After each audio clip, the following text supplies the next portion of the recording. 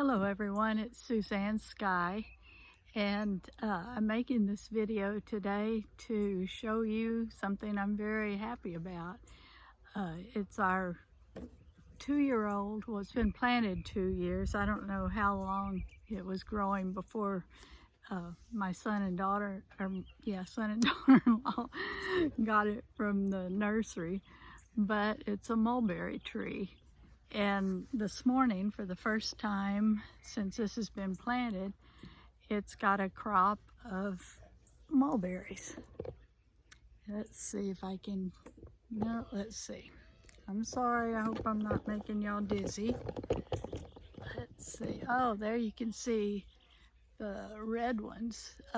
They're not ripe yet. They're sort of a dark purple-black when they're ready to eat. And there's one down here that's almost ripe. Well, I'll just pick it. I think I can, well, it's not wanting to come off, so I guess it's not ready. But anyway, I really like mulberries, just eating them fresh. I don't make anything with them, no pies or cobblers or anything. We just eat them like they are, and I haven't had any in, well, decades, I guess. But let's see, let me move it back over. Let's see, pardon the mess there. But see, it's not that tall. It's probably a little over 6 feet. I don't know if I'm aiming it right because there's such a glare here now from the setting sun. But anyway, yesterday my daughter-in-law Amy mentioned that she's been snacking on mulberries from her tree that's a little bit older than this one here. And so I walked out to see it this morning and was surprised that mine was really producing too. The berries are small though. I don't know if that's because of the variety or if it's because it's its first year producing berries. But anyway, either way, the berries are delicious because I walked out and got a snack before breakfast this morning from the tree. So that's why there are just the red and pink ones left right now, except for that one that's almost dark enough to eat. And I was looking at the dogs, let's see what they were doing.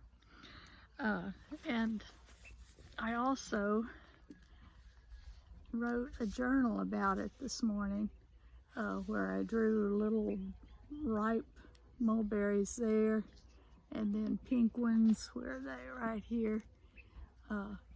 And I'm going to read this to you. I know this is a mess, this page. I used to make really nice pages in my journals. I've got, I don't know how many volumes, because I've been doing it since, I guess about 40 years now. But these days, you can tell on this one, I was just trying out an idea with that, and I never did write any entry on it. Usually they're just, I write them while I'm sitting in my recliner, rocking, just on my lap, and that doesn't make for good penmanship or legible penmanship or great drawings or anything. So I'm going to read this to you. I wrote, Amy mentioned yesterday that she's been snacking on her mulberries every day and that their tree is covered with them, mostly unripe pink ones so far.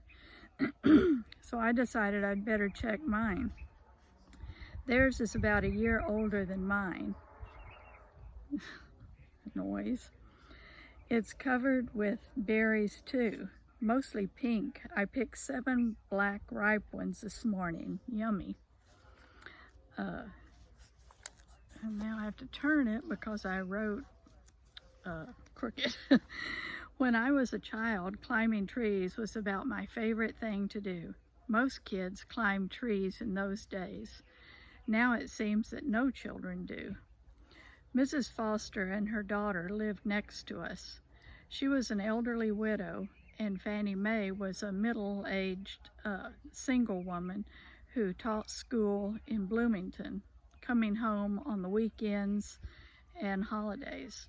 Sometimes Mrs. Berger, I can't read my own writing there. Oh, I skipped a line. Sometimes Mrs. Berger, another elderly widow, or an art teacher named Mrs. Kruger, boarded there too. Gee, this is so crooked, I can't read it because I wrote to fit it in those spaces I drew. Let's see. Okay, well, to the next one. In their backyard, they had a huge old mulberry tree. I loved climbing it and eating the mulberries. Mrs. Foster usually came out if she saw me to urge me not to climb too high and fall. Sometimes she would bring me a container so I could pick some for her too. If I was wearing my favorite short set, a red sailor set with white braid on the collar, she would say as she came out the door, "I see a little red bird in my tree." And anyway, the only other thing I wrote was just Reagan and Amy got the tree for me, and Shabri, my oldest granddaughter, planted it for me 2 years ago. So that's just a little story about mulberry trees. And I guess that's about all I'm going to film today. I hope in a few days I'll have a good film of my magnolia tree. My daughter and her husband, who live in another state, they bought the 2 trees for me, and they bought some for them too.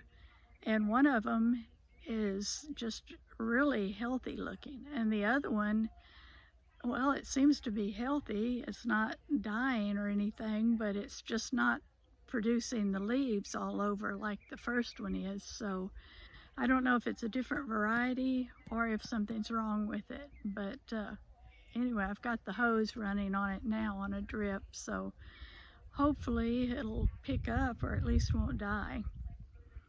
And I guess that's about it for today. And thank you for watching, if you're watching. And please like, subscribe, comment, and what's the other thing? Share. I'm sorry, y'all, I forget, and I get easily distracted, and the dogs are making noise, and I can hear some kind of machinery in the distance. And anyway, that's just my day, and it's nearly always a good day. So I'll say goodbye for now, and hopefully I'll be back tomorrow or in a day or two.